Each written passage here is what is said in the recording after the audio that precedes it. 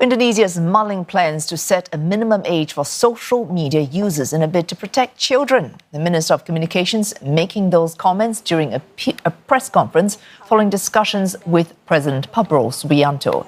The possible ruling follows Australia's decision to ban anyone under the age of 16 from accessing social media platforms such as Facebook and Instagram to protect them from the harms of social media.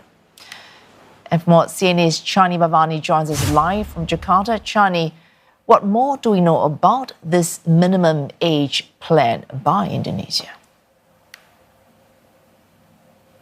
Well, it is still very much a plan at this point, and one that is in its infancy. Now, there are many stages that this plan needs to go through in order to be realized. Various aspects need to be considered, and the regulations need to be solid before they can be implemented in any way. Now, to get to that final stage of implementation, authorities will need to conduct a thorough study on the issue first. So we're looking at studies possibly related to child protection. And then there's also the fact, as stated by the communications minister, that the government will need the support of the parliament so that this regulation is well socialized.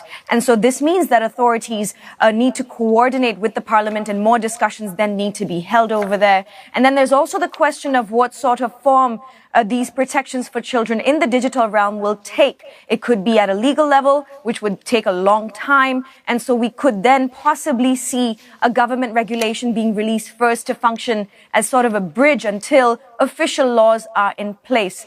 If all of this were to move forward as intended, then it's also possible that we could see legal changes, several legal changes, in fact, and of course, pushback.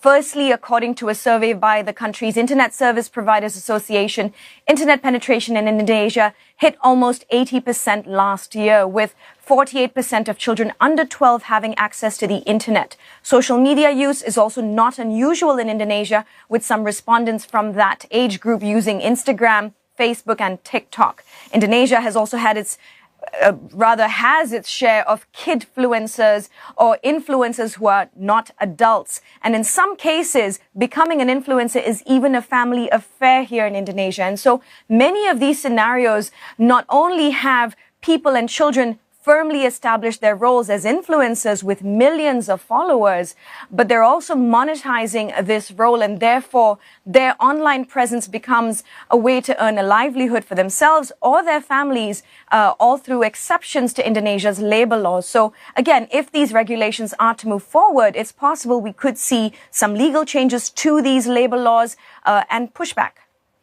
Chani Bhavani there from Jakarta, looking at a possible impact if Indonesia goes ahead to slap a minimum age on anyone who wants to access social media platforms like Australia.